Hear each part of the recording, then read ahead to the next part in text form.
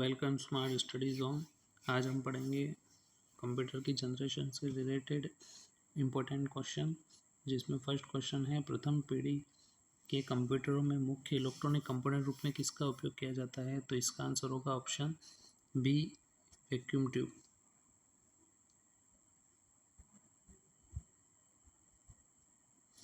Next question है द्वितीय पीढ़ी के कंप्यूटर में वैक्यूम ट्यूब की जगह किस टेक्नोलॉजी का इस्तेमाल किया गया है। तो द्वितीय पीढ़ी में कंप्यूटर के वैक्यूम ट्यूब की जगह किस टेक्नोलॉजी का इस्तेमाल किया गया है। तो फर्स्ट ऑप्शन है आईसी का, सेकंड ऑप्शन है माइक्रो प्रोसेसर, थर्ड ऑप्शन है ट्रांजिस्टर और फोर्थ डी ऑप्शन है आर्टिफिशियल इंटेलिजेंसी। तो द्वितीय पीढ़ी में कंप्यूटर में वैक्यूम ट्यूब की जगह पे ट्रांजिस्टर का उपयोग किया गया था। तो इसका आंसर है ऑप्शन सी।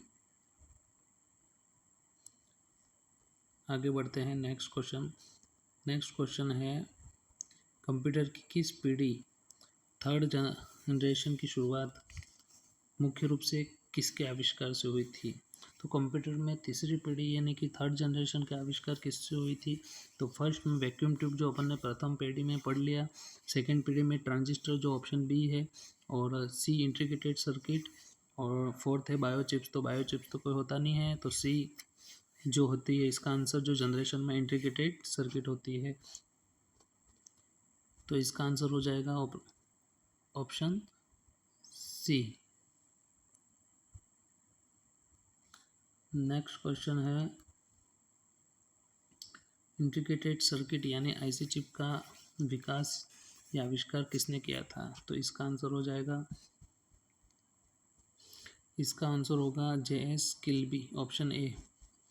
चार्ल्स बेबेज, इसमें ऑप्शन बी में जो चार्ल्स बेबेज हैं वो कंप्यूटर के फादर कहलाते हैं। जॉन वॉन न्यूमैन जो हैं वो कंप्यूटर का आर्किटेक्चर बनाया था, और एलन ट्यूरिंग हैं कंप्यूटर विज्ञान के जनक कहलाते हैं। तो इसका आंसर आईसी चिप का विकास जो किया था वो जेएस किल्बी ने किया था। अब नेक्स्ट क्वेश्चन है अपने चतुर्थ पीढ़ी के कंप्यूटर का मुख्य पुर्जा क्या था। तो जो कंप्यूटर चौथी पीढ़ी के कंप्यूटर थे उनमें चौथी पीढ़ी में पहली पीढ़ी में जो वैक्यूम ट्यूब आया था, सेकंड पीढ़ी में ट्रांजिस्टर का निर्माण हो गया था, थर्ड पीढ़ी में आईसी डेवलप हो गई थी, जिस आईसी में बहुत सारे ट्रांजिस्टर मिल के एक आईसी बनती है। और वैक्यूम ट्यूब के जो कंप्यूटर थे वो बहुत सारे रूम में कंप्यूटर, बहुत बड़े आकार में कंप्यूटर थे जो बहुत मात्रा में हीट करते थे। और जो इसका आंसर फोर्थ पीढ़ी में माइक्रो प्रोसेसर का निर्माण हो चुका था। तो फोर्थ पीढ़ी का क्या आ जाएगा, ऑप्शन सी माइक्रो प्रोसेसर इसका सही आंसर होगा।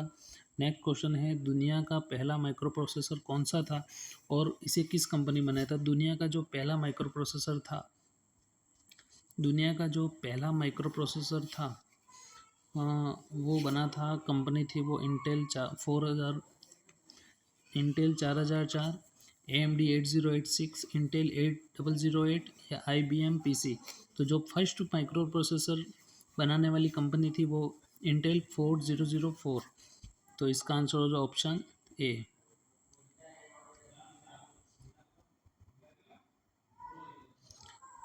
वर्तमान में नेक्स्ट क्वेश्चन, वर्तमान में हम कंप्यूटर की कौन सी पीढ़ी का उपयोग कर रहे हैं जो एडवांस टेक्नोलॉजी पर आधारित है।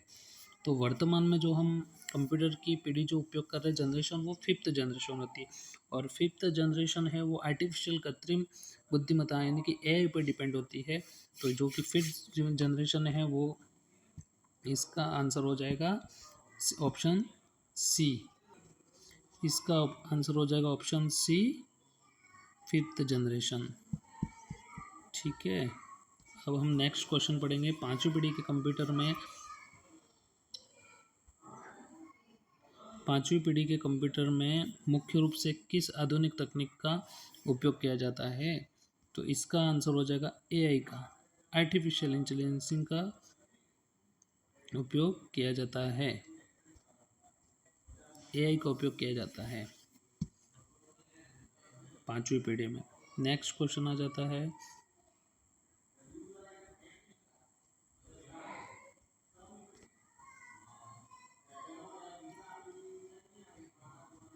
नेक्स्ट क्वेश्चन है इनिएक, इसकी फुल फॉर्म हमेशा हर एग्जाम में आती रहती है। तो इनिएक की फुल फॉर्म ध्यान में रखें, electronic numerical, integrated and computer किस पीढ़ी के कंप्यूटर का उदाहरण है? तो इन्हीं एक कंप्यूटर जो बने थे वो फर्स्ट पीढ़ी के, फर्स्ट जनरेशन के कंप्यूटर थे। तो इसका ऑप्शन हो जाएगा आंसर ए ऑप्शन। इसका जो आंसर होगा वो ए ऑप्शन होगा। ठीक है, अब हम नेक्स्ट क्वेश्चन पढ़ते हैं। नेक्स्ट क्वेश्चन चलते हैं।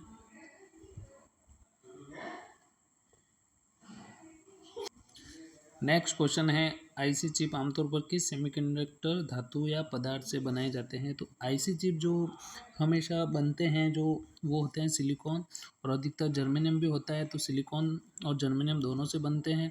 तो इसका आंसर हो जाएगा ऑप्शन बी।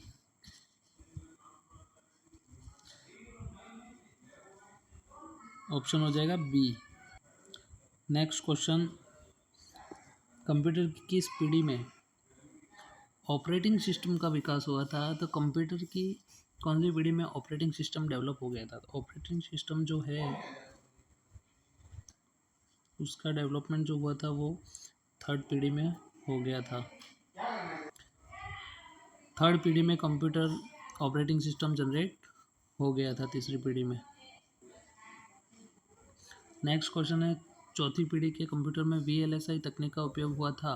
तो उसकी full form very large scale integration, B option है visual large scale industry, vector long scale integration, very low scale information. तो इसका आंसर होगा वेरी लार्ज स्केल इंटीग्रेशन।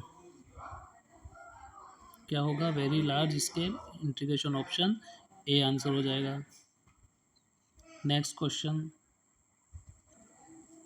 और ये नेक्स्ट क्वेश्चन आ गया, पांचवी पीढ़ी यानी फिफ्थ जनरेशन में यूएलएसआई तकनीक का उपयोग किया गया था। तो उसकी फुल फॉर्म क्या होती है? तो यूएलएसआई की फुल फॉर्म होती है ultra large scale integration. VLSI की very very large scale integration होता है, तो वैसे ही यूएलएसआई की होती है अल्ट्रा लार्ज स्केल इंटीग्रेशन। तो इसका आंसर हो जाएगा ऑप्शन बी।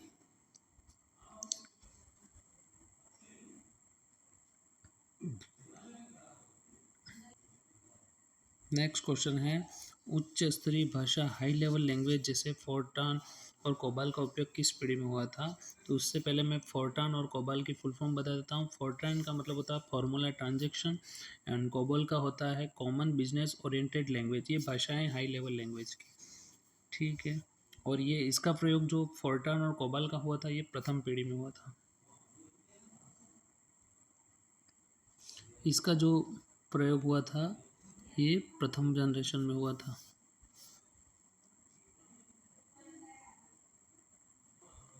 नेक्स्ट क्वेश्चन है, प्रथम पीढ़ी के कंप्यूटर में इनपुट देने और डेटा स्टोर करने के लिए किसका उपयोग किया जाता है? तो इसमें इनपुट देने और डेटा को स्टोर करने के लिए पंच कार्ड का उपयोग किया जाता था। ऑप्शन बी इसका सही आंसर है। नेक्स्ट क्वेश्चन है, पर्सनल कंप्यूटर पीसी जैसे डेस्कटॉप और लैपटॉप का विकास कंप्यूटर की किस पीढ़ी में हुआ था? तो पर्सनल कंप्यूटर जैसे डेस्कटॉप और लैपटॉप का विकास जो हुआ था वो इसमें हुआ था अपने दूसरी पीढ़ी, तीसरी पीढ़ी, चतुर्थ पीढ़ी या प्रथम पीढ़ी। तो इसका जो आविष्कार और पर्सनल कंप्यूटर डेस्कटॉप लैपटॉप जो इसका उपयोग हुआ था वो ऑप्शन सी इसका सही आंसर होगा। फोर्थ जनरेशन में इसका डेवलप हो गया था। फोर्थ जनरेशन में क्या आ गया था? माइक्रो प्रोसेसर आ गए थे। और तो इसका आंसर सही होगा सी ऑप्शन सी, चतुर्थ पीढ़ी। नेक्स्ट क्वेश्चन है, प्रथम पीढ़ी के कंप्यूटर आकार में बहुत बड़े और गर्म क्यों होते थे? प्रथम पीढ़ी के कंप्यूटर जो बहुत बड़े आकार के होते थे तो उसमें हीट होती थी, उसके कारण गर्म हो जाते थे। और इसका कारण इसका ऑप्शन ए इसका आंसर हुआ, क्योंकि उनमें हज़ारों वैक्यूम ट्यूब का इस्तेमाल होता था और जो कि बहुत ज़्यादा गर्मी पैदा करते थे। तो इसका ऑप्शन आंसर हो जाएगा, इसका जो ऑप्शन है सही आंसर जो होगा वो होगा ए। नेक्स्ट क्वेश्चन, प्रथम पीढ़ी के कंप्यूटर में केवल किस प्रकार की प्रोग्रामिंग भाषा का उपयोग किया जा सकता था? तो प्रथम पीढ़ी के कंप्यूटर में जो थे, प्रथम पीढ़ी के कंप्यूटर में केवल किस प्रकार की प्रोग्रामिंग भाषा का उपयोग किया जा सकता था? तो वो थी मशीन लेवल लैंग्वेज 0 और 1 कंप्यूटर प्रथम पीढ़ी को 0 और 1 लैंग्वेज को ही समझता था और प्रथम पीढ़ी के कंप्यूटर में जो लैंग्वेज यूज करती थी वो मशीन लैंग्वेज थी। तो इसका आंसर हो जाएगा option B. Next question, IBM 360 और एप्पल सेकंड कंप्यूटर क्रमशः किस पीढ़ी के उदाहरण हैं? तो जो IBM 360 जो है वो थर्ड जनरेशन के हैं और एप्पल सेकंड जो था वो था फोर्थ जनरेशन का। तो इसका आंसर हो जाएगा ऑप्शन ए। इसका आंसर हो जाएगा ऑप्शन ए हो जाएगा। इसका जो आंसर हो जाएगा ऑप्शन ए इसका आंसर हो जाएगा। और चलिए अब अपना लास्ट एंड फाइनल क्वेश्चन आज का, तो नेक्स्ट क्वेश्चन में बढ़ते हैं। तो लास्ट क्वेश्चन जो है अपना है वो निम्न में से कौन सी विशेषता पांचवी पीढ़ी के कंप्यूटर से संबंधित? फिफ्थ जनरेशन में जो कंप्यूटर की विशेषता थी, तो फिफ्थ जनरेशन में AI आ गया था, आर्टिफिशियल इंटेलिजेंस थी। तो आपको पता ही है जो अभी के टाइम में अपने क्लाउड कंप्यूटिंग होती है वो भी इसमें है। वॉइस रिकॉग्नाइजेशन जो AI का यूज़ है वो भी अभी हो रहा है। अत्यधिक तीव्र गति और पोर्टेबिलिटी, तो इनमें सभी ऑप्शन सही है, इसलिए इसका आंसर हो जाएगा ऑप्शन डी। वॉइस रिकॉग्नाइजेशन अभी अपने जो होती है अपनी AI है, सीरी है, अलग अलग जो होते हैं, एप्पल की सीरी है, जैसे कि गूगल की ये गूगल जेमिनी है वगैरह, ये सब वॉइस रिकॉग्नाइजेशन है। अत्यधिक तीव्र पोर्टेबिलिटी भी होती है। क्लाउड कंप्यूटिंग, जो भी डाटा अपने मोबाइल से बाहर किसी अलग स्टोरेज पे स्टोर होता है वो क्लाउड कंप्यूटिंग कहलाती है। और आज के ये लास्ट क्वेश्चन था। अब नेक्स्ट और अलग टॉपिक पे, इस टॉपिक के रिलेटेड ये इंपॉर्टेंट क्वेश्चन थे और नेक्स्ट क्लास में अपन दूसरे किसी टॉपिक के बारे में बताएंगे। और मैं बहुत जल्द जो अपने NCERT CBSE की जो बुकें हैं 6 से 12, उसमें 6 में चैप्टर चालू करूँगा। फर्स्ट चैप्टर और सेकंड चैप्टर आपको पढ़ाऊँगा, इसके बाद उसके MCQ बताऊँगा। और मैं ये 6 और 12 वाला पहले नहीं पूरा फिनिश करूँगा। इसके बाद मैं राजस्थान में कला एंड संस्कृति की भी क्लासें लूँगा। तो आपको बहुत इंपॉर्टेंट से इंपॉर्टेंट क्वेश्चन मैं देने का प्रयास करूँगा और आप मुझसे जुड़िए। और आपको यदि क्वेश्चन अच्छे लगे तो आप चैनल को सब्सक्राइब करें और लाइक भी करें। Thank you. और ये है इसकी आंसर की, तो जो इसको भी आपको देखना हो तो आप देख सकते हैं इसमें। Thank you. नेक्स्ट मिलते हैं कल, दूसरी क्लास लेके आएंगे टॉपिक वाइज, आपके एक एक करके सारे टॉपिक कंप्लीट करवा दूंगा।